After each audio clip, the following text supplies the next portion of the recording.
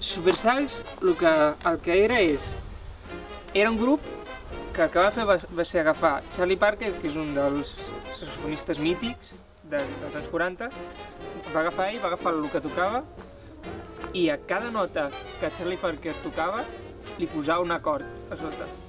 Què passa? Que si tu agafes una melodia i cada nota d'aquesta melodia té un acord a sota, es crea com una textura brutal. Estem tocant exactament el que tocaven ells, les mateixes partitures, i estem afegint coses noves. Estem agafant altres artistes que no són Charlie Parker, estem agafant Joshua Redman, Cannonball Adderley, i els estem ficant també els acords. No és perquè el munté Supersax, és que Supersax és l'harmonitzador en si.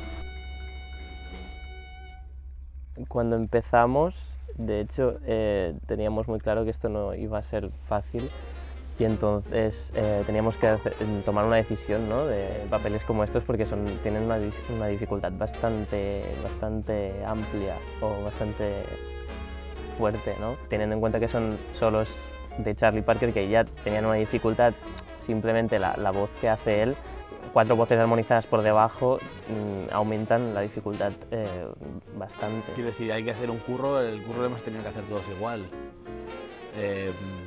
Sí es cierto que la primera voz pues, son los solos de Charlie Parker y son más fáciles, obviamente, que las segundas voces, que son más complicadas porque se trata de armonizar, ¿no? y no quedan unas melodías tan fluidas como las voces del segundo alto, por ejemplo, de los tenores. Pues lo que es difícil en realidad luego también es el empaste entre todas las voces, entre todos los músicos, ¿no?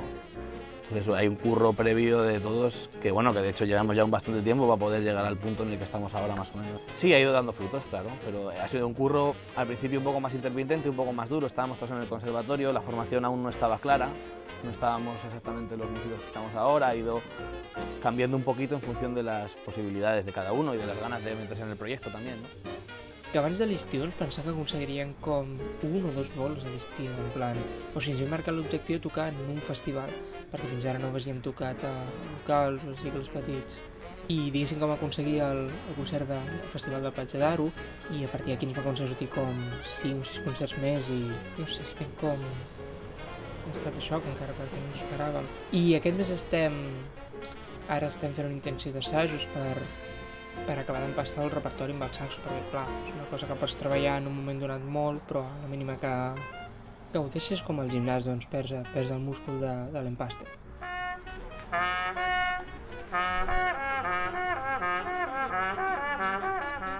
Home, el Roger és una persona amb molta dedicació, que estima molt tot el tema de la sonoritat, de la composició, perquè ell de fet és saxofonista, no? I no està tocant, no? Llavors t'ha d'agradar molt el que estàs fent, perquè jo, per exemple, seria difícil veure'm en un grup de directors sense tocar.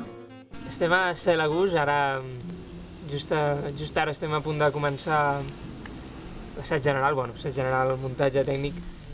I avui farem un concert una mica especial, la veritat és que el repertori és una mica el mateix, però comptem amb el Llibert, que és una bèstia al saxo, i fijo que portarà un nivell bestial a la banda. Portarà molta energia, molta rima, no sé, molt de swag. O sigui, a mi em sembla un saxofonista de puta mare i després de tant de temps poder estar en un escenari amb ell y estarlo dirigint, entre cometes, pues es una pasada. Hemos hecho mucho trabajo, pero yo creo que queda un montón para llegar a lo que sería el circuito internacional, ¿no?, que es nuestro objetivo principal, salir afuera a mostrar lo que hemos estado haciendo durante este tiempo y lo que queremos hacer. Yo creo que vamos por buen camino, que le hemos metido muchas horas y bueno, está saliendo. Tenemos varios conciertos que no nos esperábamos en festivales bastante importantes, como por ejemplo el de Barcelona, Festival de Jazz de Barcelona, o el Festival de Playa de Aro también, que es un festival muy grande. Quan fas estàndards, doncs, quin és el joc que s'està fent, no?, a nivell d'harmonitzacions, de solis, de veure el joc que s'està fent en temes que la gent coneix. No? Suposo que l'evolució natural, si ells segueixen tocant, hi haurà un moment que voldran fer també doncs, els seus propis temes i amb les seves estructures i amb les seves històries. No? Jo crec que pot evolucionar potser cap aquí, no? Cap a música original i també la part de composició i arranjaments. No? És que és una essència difícil de captar, no? Perquè si Si ho mires des de fora, l'únic que veus a Super Sax és com, oh sí, aquests tios toquen coses supercomplexes, que només els agraden el que els agrada, però en veritat s'hi trobo molt macos, tot i que cada cop passa en un mil·lisegon, tot crea com una textura que és com, uah,